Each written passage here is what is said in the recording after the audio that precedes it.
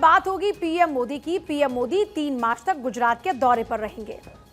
PM Modi Gujarat दौरे के दौरान में जूनागढ़ जिले के सासन में राष्ट्रीय वन्यजीव बोर्ड की बैठक की अध्यक्षता करने वाले हैं और इसके अलावा वो जामनगर के वनतारा भी जाएंगे। वहां पशु देखभाल केंद्र का दौरा करेंगे और फिर जंगल सफारी का आनंद भी लेंगे।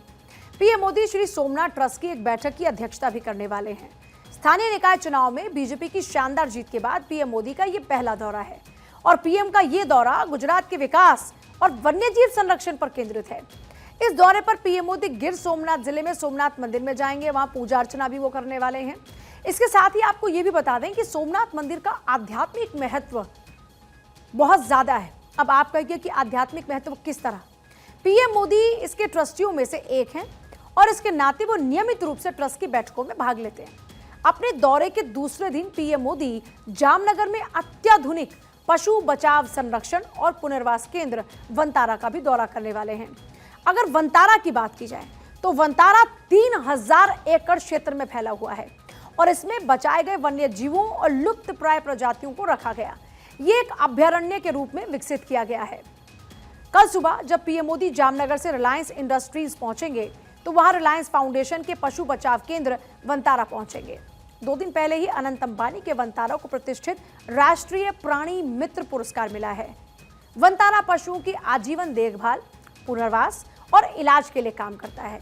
वनतारा की पहचान उसकी विश्व स्तरीय पशु चिकित्सा की वजह से बनी है। वनतारा में पशुओं के लिए विश्व स्तरीय हेल्थ केयर, अस्पताल, रिसर्च और एकेडमिक सेंटर हैं। अब इस वनतारा में खास क्या है वो आपको बताते हैं। पशुओं की देखभाल, पुनर्वास और इलाज, इसी के लिए अनंत अंबानी ने गुजरात के जामनगर रिफाइनरी के पास करीब 3000 एकड़ ग्रीन बेल्ट में वनतारा प्रोजेक्ट की शुरुआत की। यहां पर जानवरों को उनके नेचुरल हैबिटेट की तरह माहौल दिया जाता है ताकि उनको किसी भी तरीके की कोई परेशानी ना हो। इसी वनतारा प्रोजेक्ट के तहत में जानवरों के लिए world class health care, hospital, research और एकेडमिक सेंटर्स खोले गए हैं।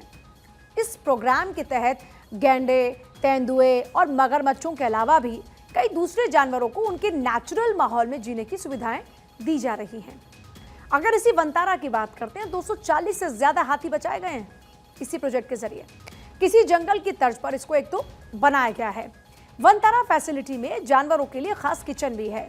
ये जो किचन है वो 14,000 वर्ग फुट के इलाके में बनाया गया है और यहाँ पर अलग अलग जो जानवर हैं उनकी शारीरिक जरूरतों के हिसाब से ही उनके लिए एक डाइट यानी उनका मील तैयार किया जाता है।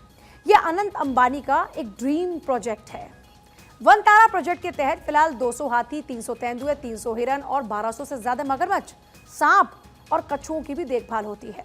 अनंत अंबानी का कहना यह है कि बचपन से ही जानवरों के प्रति उनका झुकाव बहुत ज्यादा रहा और अब उनके लिए ये एक मिशन बन चुका है। वनतारा से पीएम मोदी जूनागढ़ के सासन पहुंचेंगे और यहाँ पर सोमनाथ ट्रस्ट की बैठक की अध्यक्षता वो करने वाले हैं और फिर यहीं पर ही उनका रात्रि विश्राम होगा और 3 मार्च को सुबह गिर नेशनल पार्क में वो सफारी करने वाले हैं। एशियाई शेरों के लिए एकमात्र घर सासन गिर में सुबह 6 बजे से सफारी शुरू होती है और पीएम मोदी एशियाई शेरों की सफारी करने वाले हैं। पीएम बनने के बाद सासन और सफारी का उनका ये एक पहला कार्यक्रम होगा। जब गुजरात के मुख्यमंत्री थे तब गुजरात के मुख्यमंत्री रहते हुए उन्होंने सासन को विश्व के बड़े पर्यटन स्थलों में जगह दिलाई थी। सफारी के बाद सुबह 10 बजे सासन के सिंह सदन में वन्यजीव बोर्ड की अध्यक्षता वो करने वाले हैं। कुल 47 मेंबर हैं इसमें। इनमें सेना प्रमुख, विभिन्न राज्यों के मेंबर, एनजीओ, वन सचिव ये सब शामिल हैं।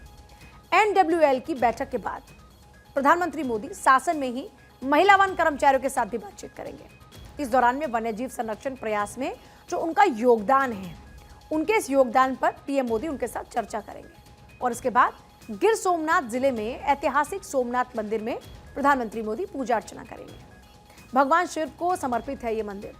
धार्मिक और अगर सांस्कृतिक दृष्टि से देखा जाए तो ये बहुत ही महत्वपूर्ण है, इसकी महत्ता बहुत ज्यादा है ये कह सकते हैं। और इसी मंदिर की अपनी यात्रा समाप्त करने के बाद प्रधानमंत्री राजकोट हवाई अड्डे के लिए रवाना हो जाएंगे और फिर गुजरात के अपने 3 दिवसीय दौरे को पूरा करते हुए वो वापस दिल्ली लौटेंगे।